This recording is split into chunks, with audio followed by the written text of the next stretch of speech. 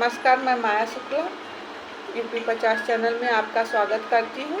और मैं यही कहूँगी कि मेरा चैनल सब्सक्राइब कर लीजिए ताकि जो भी मैं कहानी या कुछ भी डालूँ तो आप तक जाए। और तो मैं आप लोग को वो कहानी सुनाने जा रही हूँ जो आपको खुद पता है, रामायण से संबंधित।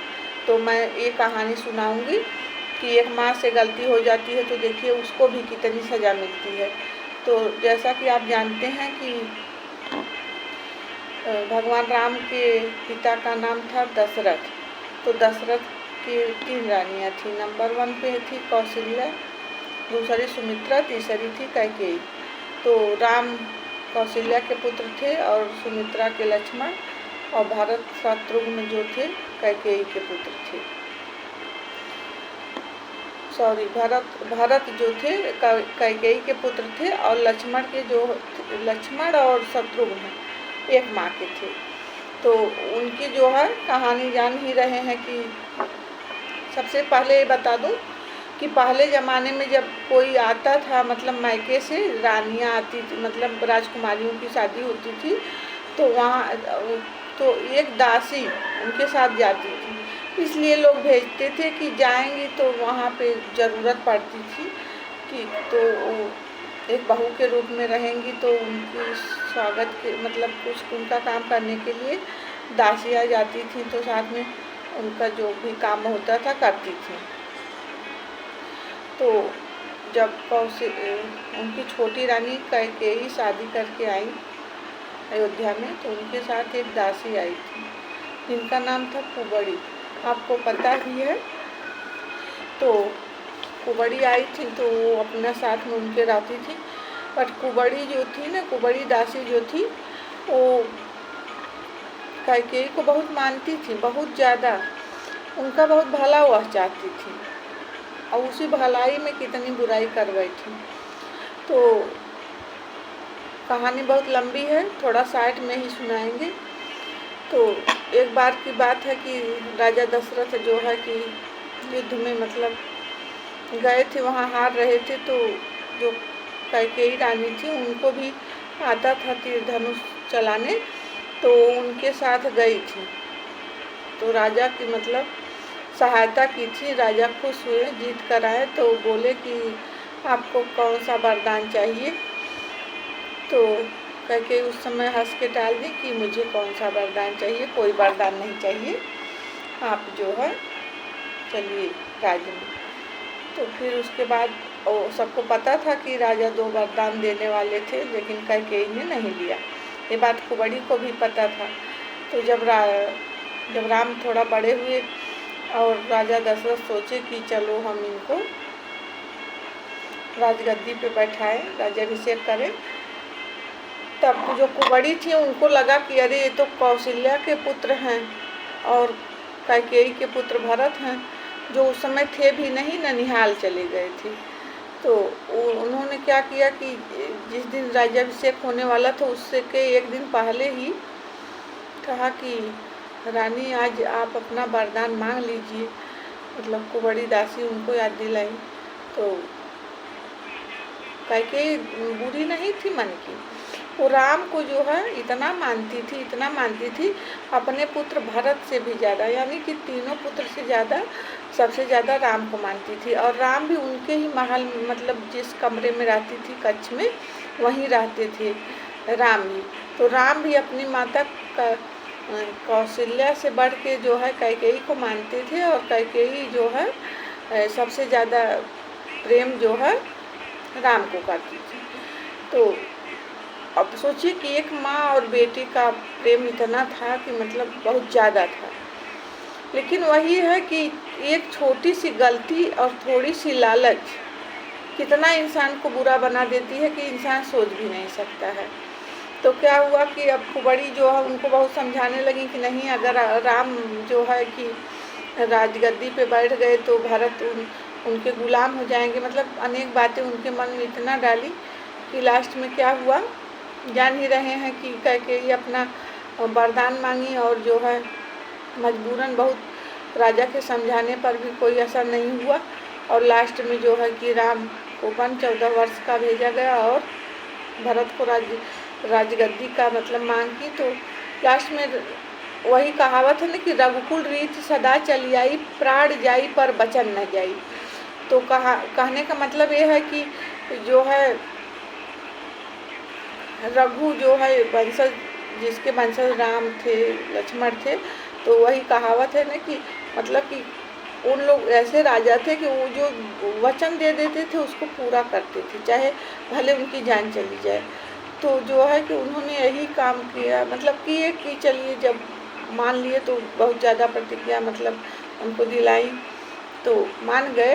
तो क्या होता है कि राम 14 वर्ष के लिए वनवास जाते हैं और भरत को जो है राजगद्दी देने के लिए कैकेयी पूरा तैयारी करती हैं। लास्ट में जब भरत लौटते हैं अपने ननिहाल से तो पता चलता है कि दशरथ स्वर्गवास चले गए हैं और उनकी फिर वो जान नहीं रहे हैं। आगे कहानी में बताएंगे कि उन्होंने अपना राज्य नहीं मतलब स्वीकार किया, कहे हमारे ये भाई राम का ही हक है। तो 14 वर्ष उनका खड़ाऊ गए थे लेने और वापस आए। खड़ाऊ जंगल में बहुत मनाने गए, राम नहीं वापस आए तो वह उनकी खड़ाऊ लेके आते हैं और 14 वर्ष तक जैसे राम अपने सन्यासी आश्रम में मतलब जीवन बिता रहे वहाँ पे और भरत यहाँ पर, तो 14 वर्ष तक अपना जीवन बिताया। फिर लास्ट में राम आते हैं तो उन्हीं को राज्याभिषेक किया जाता है। तो कहने का मतलब मेरे ये है, अब देखिए इस कहानी से क्या सीख मिल रही है कि कहने का अब तो फिर ये क्या हुआ, जब भरत आए तो अपनी माँ से पूछे सब बात कि कौन ऐसा किया। भरत को विश्वास नहीं था कि मेरी माँ ऐसा कर सकती हैं। तो भरत जो है कि क्रोध में यही कहे कि आज से कैकेयी तुम्हारे जैसा मतलब मैंने पुत्र को कुपुत्र सुना था पर माता को कुमाता नहीं सुना था। आज आपने मेरा सिर जो है लज्जा से झुका दिया, मैं समाज में कहीं मुँह दिखाने लायक नहीं हूँ और जो है कि आज से मैं आपका मुँह नहीं देखूँगा। कौन कहा? भरत। और फिर माता कैकेयी के भवन से बाहर चले जाते हैं और उनसे नफरत करते हैं, उनको देखना नहीं पसंद करते हैं। तो कहने का मतलब ये है कि देखिए थोड़ी सी लालच, अब क्या माता चारों पुत्र पढ़े थे, वही तो कहाँ मतलब पढ़ के वही शिक्षा चारों पुत्र बड़े हुए थे, लेकिन जो है कि वक्त हालात कैसे इंसान को बदल देता है। एक पुत्र जो है माँ को, एक पुत्र पिता की आज्ञा मानने के लिए 14 वर्ष वनवास चला जाता है और दूसरा पुत्र माँ की आज्ञा नहीं मानता। यहाँ पे देखिए फर्क, दूसरा पुत्र माँ की आज्ञा नहीं मानता है, वह राज्याभिषेक करवाने से इनकार कर देता है कि मुझे नहीं राज्य चाहिए। तो इसमें क्या है, तो वह दोनों पुत्र सही थे। एक पिता की आज्ञा के अनुसार जंगल चले जाते हैं, दूसरे पुत्र कहते हैं मैं नहीं राज्य संभालूंगा, मुझे नहीं राजगद्दी चाहिए। क्योंकि दूसरे पुत्र भी जानते थे कि मेरी माँ इस समय गलत है, गलत निर्णय है माँ का। तो कहने का मतलब है कि संस्कार वहीं तक काम चलेगा जहाँ तक आप सही रहेंगे। संस्कारी दोनों पुत्र थे, दोनों का ही रामायण में इतना बड़ा नाम है, रामायण उन्हीं लोग से बना। पर देखिए फर्क देखिए कि एक पुत्र जो है संस्कार बस जंगल जाता, दूसरा पुत्र संस्कार बस ही अपना राज्य त्याग देता है। तो संस्कारी दोनों थे, लेकिन जो है कि सही निर्णय लिए ना, ये नहीं कि अब मेरी माँ है तो मैं उनका कहना मानूंगा। तो कहने का मतलब ये है कि अगर गलत निर्णय हो तो अपनी माँ बाप का भी साथ छोड़ देना चाहिए। बहुत कड़वा है मगर सत्य है। और भरत ने उसी समय कहा अपनी माँ से, कैकेयी से, कि आज के बाद आपके नाम का, भरत भी यही चीज़ बोले और दशरथ भी मरते समय बोले कि कैकेयी ये तूने क्या किया। अब आज के बाद कोई भी इंसान अपनी बेटी का नाम कैकेयी नहीं रखना पसंद करेगा, और वही हुआ। अब कैकेयी की गलती क्या थी? कैकेयी की गलती यही थी ना कि मंथरा की बात सुनी तो मंथरा उनका कान भरी। तो सोचिए थोड़ा सा गलत निर्णय पूरा जो है कि कहानी बदल देता है। थोड़ा सा गलत निर्णय था, अगर कैकेयी मंथरा की बात नहीं मानी होती, नहीं जिद की होती तो ये सब नहीं हुआ होता। तो मेरे कहने का मतलब ये है कि इस कहानी से यही सीख मिलती है ना कि इंसान को बहुत सोच समझ कर कोई भी निर्णय लेना चाहिए। ज़रा सी भी गलती उसकी अच्छाई एकदम बेकार कर देती है। जबकि राम के नज़र में कैकेयी कभी गलत नहीं है। जब राम वापस आए वनवास से तो माँ कैकेयी के चरणों पे गिर पड़े और बोले कि माँ बाप किसी बच्चे का बुरा नहीं चाहते। अगर आपने मुझे जंगल नहीं भेजा होता वन में तो मैं रावण को कैसे मारता।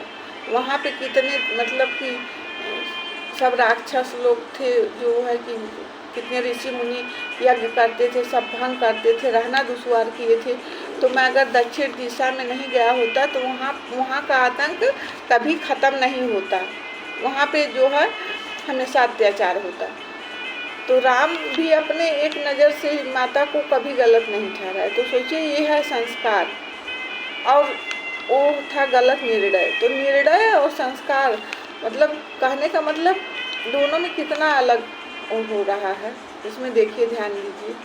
तो यही मैं कहना चाह रही हूँ कि कोई भी माँ, हर माँ भी थोड़ा सा लालच में कभी अपने एक बच्चे के लिए दूसरे बच्चे को गलत ना उसके साथ व्यवहार करे। नहीं तो यही होता है रामायण की कहानी जो बन गई कैकेयी और मंथरा की वजह से। तो मैं संक्षिप्त में ही कह के इस कहानी को यहीं विराम देती हूँ। नमस्कार, फिर नेक्स्ट कहानी में मिलेंगे आपसे। तब तक के लिए बाय बाय।